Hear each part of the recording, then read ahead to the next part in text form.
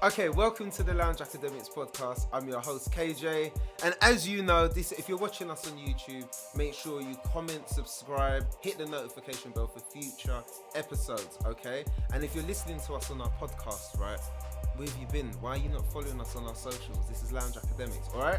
So, I'm your host KJ. Okay, without further ado, we're going to get into it. We have our special guests. We have Jennifer Phillips. Yay!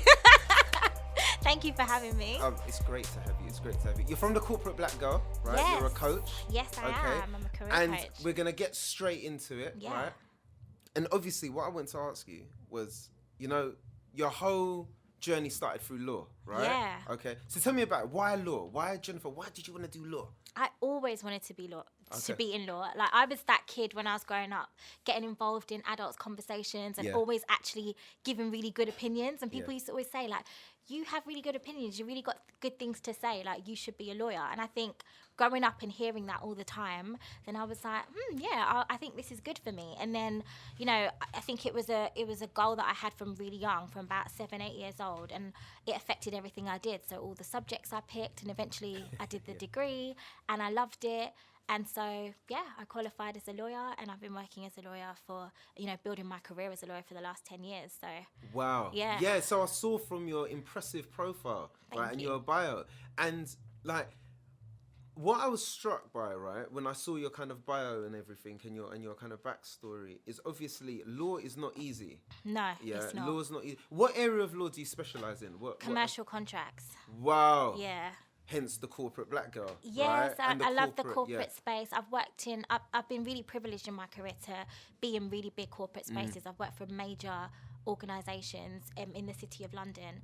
And I think for me, the reason I started the Corporate Black Girl is because, I felt like I was fed up of being just like the only one. Like, sometimes, as much as things are pushing forward, there's not a lot of representation at the upper echelons of the legal career. And I wanted to, portray that for others to see. And also I wanted to help other ambitious black women get into the roles that they really, really want. But some of them feel like it's not something that they can actually get. What's that about, though? When you say it's not something they can... Because I'm sure there are women that aspire to enter corporations and stuff. 100%. What's putting... What have you picked up on as putting women off for entering the industry or the corporate space? I think black women are so ambitious. I speak to black women all day, every day, and they are so ambitious. They really want to, get to the top and rise above and do the best they can do in their corporate spaces. So whether it's law, whether it's compliance and finance, whatever area it is, they want to do really well. I think what black women tend to find is that they feel, there's structures in place in the corporate world aren't there for them to thrive in. And I think some people then, internalize that and have those limiting beliefs about what is possible for them. When you talk to a lot of black women, they've heard that phrase, you got to work twice as hard to get half as much, and that there's a glass ceiling, So I shouldn't laugh, but and everybody's heard this. And I think when we internalize these narratives, they begin to produce limiting beliefs. And then so people want to do something, they want to go further, but sometimes they feel that they can't. And so when I started the Corporate Black Girl, it's all about inspiring and empowering black women and kind of bridging that pay and progression gap for black women in the corporate world. Which is a massive mission for you as well, from what you're saying in terms of your mission. Yeah, that's the main mission statement. I think that you deserve to be profitable in your career. I think there's so much, when you look at social media, everyone thinks that to be an entrepreneur, you've got to have a 6-figure business and be, flying and jet setting here and there. But that's not everybody's goal. Some people, you've studied, you've worked hard, you're in the corporate world, you just want to thrive in it. And so that is just as valuable. And so for me, it's about making sure that your career is profitable, that you find purpose in the role that you're doing, and that you're fulfilled in every aspect of that. And so those are my core values, making people activate their personal power. That the only real obstacle to you growing in your career is in your mind and what you think is possible for yourself. So how did you do it? Because it seems to me, I know people don't like the phrase trailblazers, right? Yeah. But obviously you had to kind of break through that for yourself, because you said you were the only one. Yeah. So I just wondered, during those difficult moments of being the only one, not having anyone that necessarily looks like you or you can reach out to or relate to, how did you stay the course? How have you been able to sustain 10 years within that industry? What kept you going? Well, first of all, so when I say the only one, I don't mean like the only one in the organisation, but sometimes I found that I was the only one in a more senior position. Or at the time of my career when I was, you know, maybe paralegaling, I would be, you know, running my own caseload, you know, kind of building my career. And a lot of other girls behind me who were just as capable, just as competent, but because maybe they didn't push, were doing more administrative things. And when I would talk to them, they really wanted to push forward. They really wanted to get to the top. But then I'm like, so what's stopping you? Oh, I don't get on with my manager. Oh, it's hard. The things that I agree, it's true. It must be hard. But for me, I never looked at those obstacles and thought, oh, because of that, I can't. So it's pushing past the barriers. And looking at that senior position, looking at promotion, looking at and going for it. Even at the early instances of my career. If I was going to be a paralegal, I wanted to be a paralegal who was still earning well. You know, paralegal jobs in this country, you can be on like, I don't know, 15,000 or you can be on 30,000. And so even though it's a hard industry to break into, going for the best and trying to be the best at every single stage that you're at and having a real understanding of your career trajectory and where you want that to end up being. And so that's what I mean, you know. And also it's about taking people from that token idea. A lot of people feel like when they get to the top, you know, they're the only one. They're just there like to fulfill diversity quotas.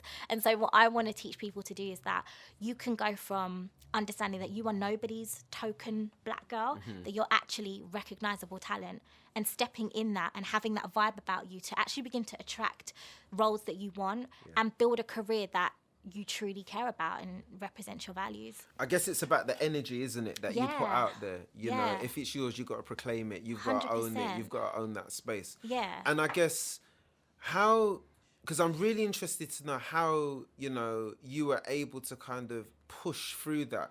Because it is really hard. When I hear people talking about the journey, I mean, let's be honest, when we look at tokenism, when we look at diversity, it's an issue in most industries, especially in senior positions, even more so in the corporate world. But I guess, what kind of qualities do you need to kind of be able to kind of persevere and to kind of stay the journey? Because I'm imagining, correct me if I'm wrong, but it wasn't easy for yourself to do that. Yeah, it definitely was not easy. But the first thing that I encouraged myself to do, and I encourage my clients, like the black women that I work with, to do, is to have a really clear plan on what they want for their career.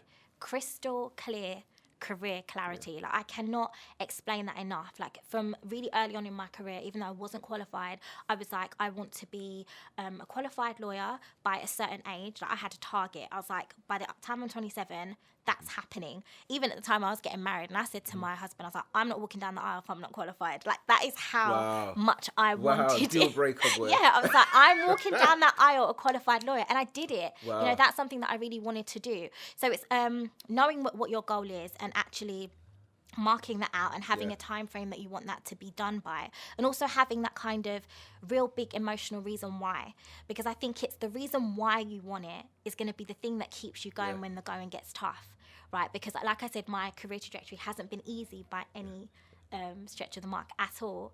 But because I really wanted it for personal reasons, like I was the first lawyer in my family, that was a really big milestone for me. It's a vision that I've had since I was young. And so I just kept thinking of it for myself, and I wanted it so much. I wanted to see myself, you know, pursue what I've always wanted. And so for other people, it could be similar things, or it could be, you know, the money and the lifestyle is a reason why. Maybe you want to provide for your family. Whatever it is, you just have to have something that's going to keep you going. So I think crystal career clarity connected with a big emotional reason why to keep you going, and resilience. You've got to be strong. I always tell people I work with when I run my events that the corporate world is built to weed out the weak. If you're not strong, you're going to get knocked out of this game. So you have to keep going. You have to keep pushing even when things get difficult. No, totally. And seriously, your husband, was that really a thing? Was you like, it's not happening? I'm not walking down the aisle? We were planning it and everything, but I was like, by the time I'm signing that marriage certificate, when they ask you your occupation, I will be putting down their lawyer. It must happen. And he was just like, okay. But I made it. I made it happen. It's what I really, really wanted. When I share this story, it's to let people know that you have to, some people say they want something and they say they're committed, but what they actually are is they're just interested in making it happen. Oh yeah, if that happens, it'll be great. Because if you're committed, it's a by any means necessary attitude. I agree. And so that's what I knew. I put money up. I knew that I had my photographer book, my wedding dress bought, and realistically, am I going to throw that away? No, but I put myself in that position to be like, it will happen. How are you going to make that happen? And create a plan of action for your success. So clear goals, plan of action, have clarity. Yeah. Make sure you have motivators to keep you during those difficult times, to sustain 100%, you, so you can push through. Yeah, and little milestones and every now and again. Something that, I always tell my clients, like, celebrate the wins along the way. So when you get an interview for a really good job and you get the role, you may not be qualified yet, but you're one step closer. You're now working in an industry that will help boost your CV, help boost the type of professional you are. You're now going to come across different, professional circumstances that you can now begin to use to boost your value. So it's a celebration along the way. Of course. And I guess in terms of getting into like the corporate world, or let's use law, because this is your area, okay? So looking at law, would there be any, other than the kind of the obvious stuff around having goals and stuff, are there any other tips that you would give, like in terms of the culture of certain organizations and the infrastructures of certain places? Is there certain tips that you give that maybe women need to be aware of when navigating those spaces? Yeah, 100%. I think growing up, there was the narrative that I kind of gained was kind of like just dissimulate and kind of just, toe the line and fit in and try to like look like the rest of them. And I think as I've blend in. And as I've gotten older, what I've realized is that people who want to progress, people who are pioneers, people who really want to get ahead, stand out. And as a black woman, you stand out anyway, because your face doesn't always fit. Unfortunately, hopefully, that will change in the next coming years. But unfortunately, it doesn't fit. It is predominantly, white males in the corporate space. I'm not saying I've got anything against white males, but that is a fact, right? So you already stand out, just statistically speaking. And so if you want to get ahead, you've got to be authentic. And so I celebrate black women being their authentic selves at work. Now, what do I mean by that? It's your authentic professional self at work, because you're not going to be your generic authentic self. You're not going to come to work in your PJs and have your hair up in a bun like you do on a Saturday. It's your professional self. So you've got to think about what your professional personal brand is. And I always say that it has to speak to what you want to be known for. So for me in my career, I've always wanted to be someone who was a really great communicator, somebody that people thought could build a rapport with really quickly, because I'm serving clients, right? Sure. And as a lawyer, you need to make sure people need to feel like you are going to be a problem solver as opposed to like a barrier to them and tell them what they can't do. They want you to help find creative ways of doing what they actually want to do. You're serving their needs and helping them meet their objectives, right? So for me, building a rapport and making people feel comfortable with me was one of the things that I said I wanted to be part of my personal professional brand. And so I think every single person should where do that. did you learn all of this from? Where did this come from? This determination, this steely determination and commitment. Who was your coach? Who was your mentor? Who inspired you? Well, I think, before I even came into the whole professional development space, I think my first and most early mentor or coach was my grandmother. Oh, wow. Oh my gosh, I love that woman so much. Shout out to grandma. Yeah, she was the best, one of the most influential people in my life. She, growing up, she worked so hard. She was like the matriarch of our family on my Caribbean side. And she was just like... Also, is there dual? So you say Caribbean side? Yeah, I'm half Nigerian, half Jamaican. Wow. Yeah. What? Hear that? Yes, half Jamaican, half Nigerian. Fire. Yeah. What firebrand? Okay. Yes, that's me. Yes. So on my Jamaican side, my grandma was like the matriarch, and she worked so hard, and she just loved everyone. She was a gatherer. And she used to always tell me, like, there's nothing wrong with you. Yeah. If they can do it, you can do it. And she had that mentality that she pushed in me from the beginning. So I never really... Even though sometimes you can internalize things about being a bit less than, she gave me that confidence to be in the world and be like, there's nothing wrong with me. If you can do it, I can do it. And so that was where I guess my initial push came from. And she always wanted me to see excellence. She used to always take me to shops and be like, see these nice bags and handbags. If you want them, you have to work hard. Is this your mother's mother? Yeah, my mom's okay, mom. So your dad's Nigerian? My dad is Nigerian. Okay, wow. So do you, just out of interest, do you travel, you've been to both? I have been to both, Wow. But I guess my mum's mum, she used to live up the road from us. So my grandparents literally lived up the road from us growing up. So I used to like run up to my grandma's house, you know. So it was very close growing up, and she was one of my biggest But she was your influences and early mentors. Influences, 100%. Okay. And I think as I got older and I was, you know, trying to, you know, just build my life in a way that spoke to what I found authentically true. Sure, you know, I found myself in the personal development space, and yes, I've had my own coaches in the past and, you know, gone on courses to really just better myself. And in doing that, I've learned so much about being purposeful, being intentional with what you want. And so I just wanted to gift that back. And one of the key things for me is that when I qualified, it wasn't about just qualifying and then making sure me and mine are all good. It's about my fellow sisters, you know, people who are like me, because contrary to popular belief, you always hear sometimes that, oh, when black women get on top or when black people get on top, they don't pull others up, or it's always, you know, potentially maybe black people who aren't going to support you. That has not been my story. I have had black women be the biggest champions and the biggest pioneers for me in my career. Been your coaches, they have been so helpful to me. And so I wanted to do that for other black women. So would you, for other women that are coming through, because I know through your business, I know obviously, like you said, it's about helping women to, as part of their careers, around achieving their ambitions and staying the course, okay?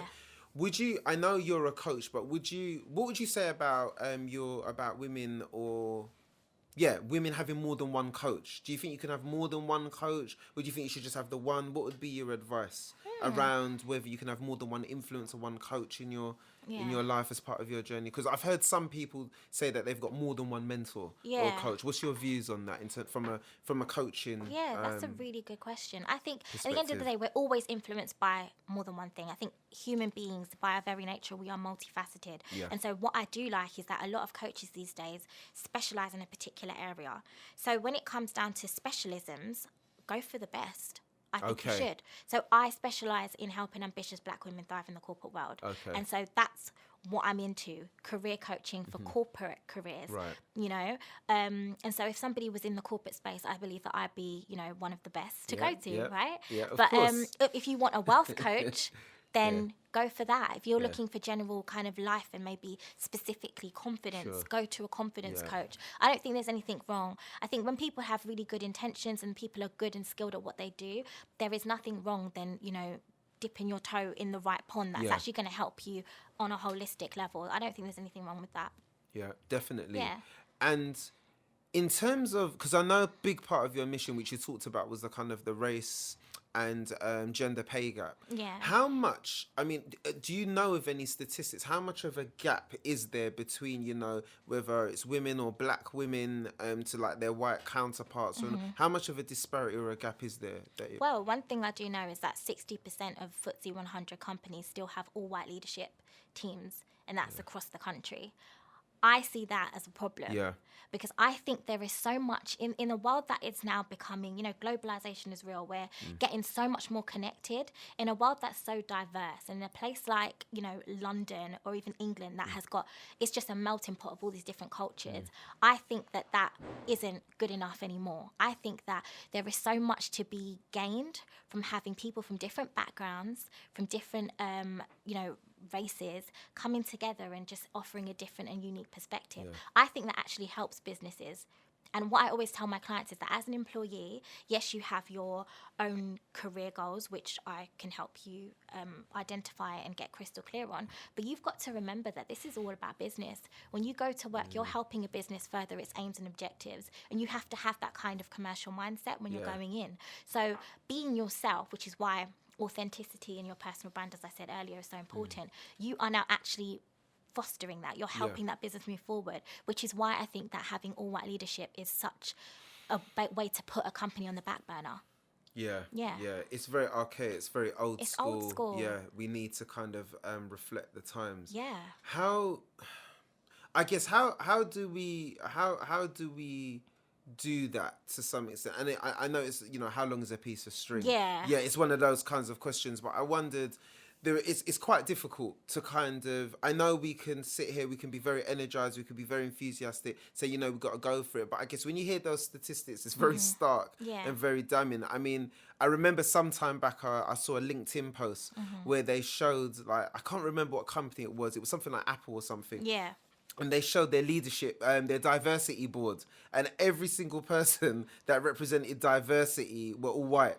That was leading that up, and I wondered, well, how does that even work, you know? And I guess the other thing is this tension around, you know, how do you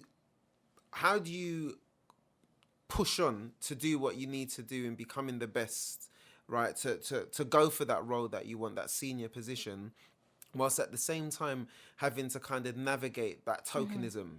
Yeah. Because, you know, there's that whole, you know, am I a token, or am I generally being picked based on my abilities and my creed, you know? Yeah. And what's your views on that? I think the first thing is to be sold on your value. A lot of people are going into work every day, getting on with their tasks, mundane, run of the mill. And I mean, let's not pretend. For most people, if you're in a job and you've been in it for a long time, you know the tasks. That the clients may change, the day may change, but you pretty much know your job.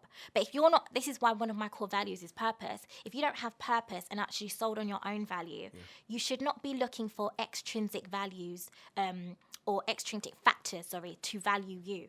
That has to come from within. So I always tell black women, like, do you know what you're bringing to the table? Yeah.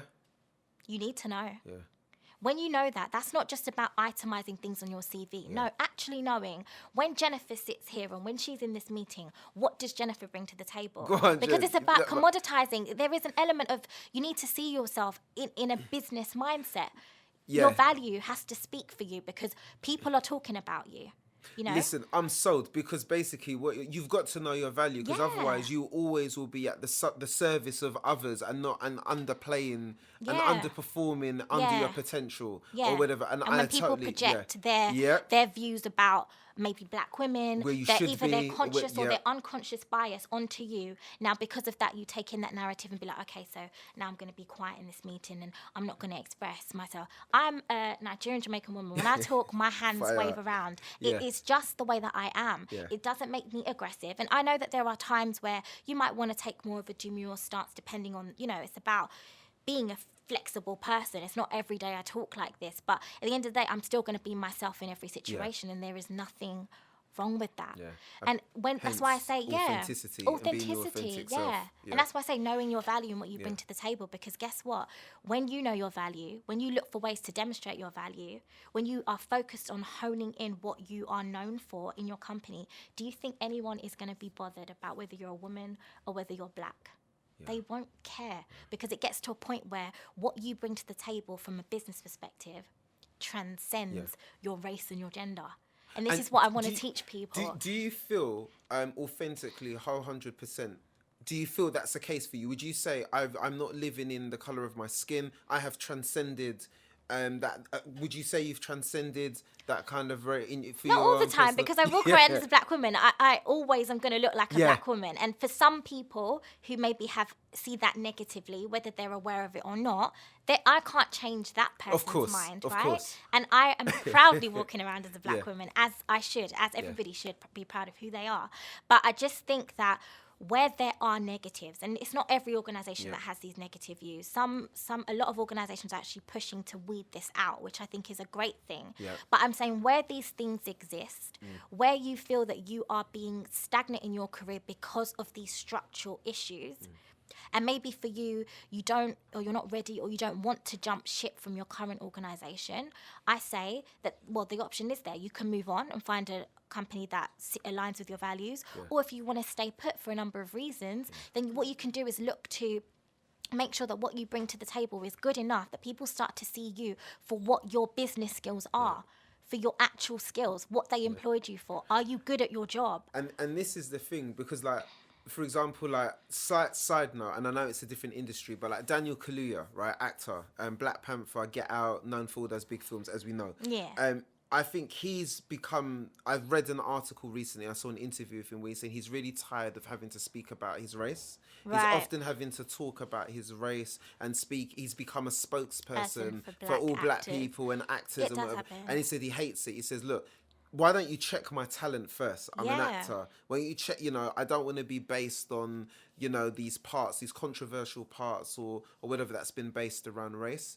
And I guess where I'm going with this question is, have you ever felt that you've had to, within the corporate world, kind of speak to that? Like, you know, have you ever had to kind of talk about your race or justify it or talk about it in any way or shape or form in terms of your kind of your role at all? It does come out. I think it's different to the arts because I guess I'm not going for those sort of interviews on red carpets where people might ask me that, be like, Jennifer, as a black woman, how do you think? You know, that doesn't really happen in my space. But what well, one day, who knows? But not as a lawyer, potentially in my career coaching space, yes. But I think what you do find is sometimes conversations, you know, naturally. And there's an element of this where sometimes I try not to be too sensitive, because if you are the only black woman in the room and they're talking about something that happens to be African, Caribbean orientated, there's nothing wrong in looking to me for a view, because I'm probably going to be better placed than others. I don't think there's anything wrong with that, and I wouldn't particularly take offence to that. I think what I probably don't like, and I think what a lot of black women I speak to say they don't like, is the microaggressions or the negative treatment. Or, you know, a lot of black women I speak to and have spoken to recently say that, you know, at work they feel like they're almost treated like children. You know, they'll say something and it's like, is that quite right? You know, that kind of questioning, second guessing everything you do, even though you're trying to show, no, I'm good at it. That feeling of always having to prove yourself. That imposter syndrome, that all of, and you feel like your white counterparts probably aren't experiencing that. Now, I believe that everybody's experiencing something. Sure. Everybody's experiencing something. But I can't speak to all issues because I'm not a coach who's decided to take on everything going on in the world. I take on what black women tell me they're going through. So a common theme you're saying that your coachees have come back to you around this thing around microaggressions and stuff. And have you ever experienced, like in the corporate world, have you picked up on any microaggressions from, I think I know the answer. But I have done, of course. You know, I've had instances, you know, where people ask me things that I think are quite inappropriate, making comments that are inappropriate or just make you feel like, othered, for example, like you are, like you're just, you stand out for ways that maybe you weren't trying to stand out or just are natural to you, and it can make you feel a bit uncomfortable. That has happened. Has there been any examples at all? Just that have been just not like, saying any company names whatsoever. Okay, but don't name anyone. But what's been the kind of things that have been said? I've had it since I've been working somewhere, and you know, somebody has just been staring at me, and you know, you're looking at them and you're like, hey, you okay? You look up and they're still staring at you, and I was like, are you okay? And she was just like, where are you from? And I was just like, London. And it's just like, no, originally, like, where do you come from? That and exotic. It's this, it's like I'm this new creature that, you know, and it wasn't just, maybe it's just the way she came across, but it seemed like she was really like. So my cameraman's laughing, but it's a real thing. Yeah. You'd be surprised. You're giggling. Just like, I'm trying. Where are you from? And I'm just like, London. And then it's just like, no, originally. You know, this need to understand the depth of you, because I think for some people it's like, it comes across as though it's like, how comes you're here with me? Like, I need to understand where you're from and how you've gotten here. Or even sometimes I can think about at law school, you know, and it sounds stupid, but I remember somebody asking me when I was at law school, oh, did you do law? And I'm like, that's how you get to law school. Like, I did law. What, a full law degree? Is there a half law degree? Wow. You know? So there's an assumption that you must have come through some other route or magically, something. And I'm actually in the wrong place. You know, questioning whether I have a full law degree. I didn't even know you could get half a law degree. So, you know, things like that I have experienced that, you know, has to come from, I don't think it's always malicious, but it has to come from some level of unconscious bias. And if I've experienced it, others have experienced it. And I know others have experienced it because I coach and I talk to so many black women on my complimentary clarity calls who will say to me, Jen, I'm coming up against this and I don't know what to do. I feel less than at work. How do I begin to, and I know that I'm good at it.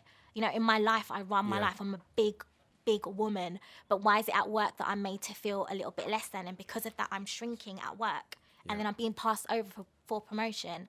This is affecting my money. Your job needs to maintain your lifestyle. If you're not an entrepreneur, your job is your only stream of income. Make it maintain your lifestyle. You know, you want to go on holiday, so you want to buy houses. Rethinking, reshaping, reframing how you see your job and not just being grateful to be there. It is not enough to have your foot in the door. That's old. That's for the generation before us, particularly people like me who've come from a background where my dad came over from Nigeria and had to make a way for himself. It makes sense then to kind of want to get the foot. My dad's very successful, but it makes sense to kind of be like, I just want to get my foot in the door. Yeah. But for us who are second, third generation, that's not enough. No, you need it's to not thrive, and it needs to maintain your lifestyle. It needs to be aligned with your greater purpose for your career. Yeah, I hear that. Yeah. So, Jennifer, because time is against us, it's been so quick. Yeah. But yet so impactful. With all the information, very informative, and I'm sure people will be lapping this up. Don't forget to comment if you're listening and watching. Yeah. Okay, and all this stuff, because it's great to get this feedback. So, Jennifer, obviously we're coming to that time, and if there were anyone else that could sit where you are right now, okay, in terms of the lounge chair, and to be able to kind of share this space and have an intimate conversation with us about their industry, about what they do, if you had two people that you'd like to recommend, who would those two people be and why? Yeah, I think the first person I would recommend is my good friend Maxine. Okay. She runs a business called My Training Resources. It's My Training Resources on Instagram. Okay. She actually trains women generically in leadership, women who are aspiring to be in leadership programs, and she actually has a CPD accredited program that can actually help you learn how to be a better leader. So I'm quite excited. I'm going on her training myself. Great. So I'd say that she would be a really good example. Okay. And I've got another, I'm all about sisterhood. I don't believe that, anyone's, necessarily competing for my spot. I've got an amazing career coach that I'm really good friends with called Yammo Online. She actually is so good about helping people become more intentional for their careers. And so she's my sister in career coaching, and I think she's amazing. Brilliant, cool. And how can we, in terms of yourself, so in terms of your services, how can people get in contact? Is it kind of black women that you're focusing on coaching in terms of clients and stuff, Yeah. Okay. I mean, that's my main focus at the moment. There is definitely scope where I want to be more in just the generic BAME space, but for women. But at the moment, the Corporate Black Girl, my business that I have is about helping ambitious black women thrive in the corporate world. Brilliant, so I have a website, the corporateblackgirl.com. On Instagram, it's at the Corporate Black Girl, and you can email me at info@thecorporateblackgirl.com.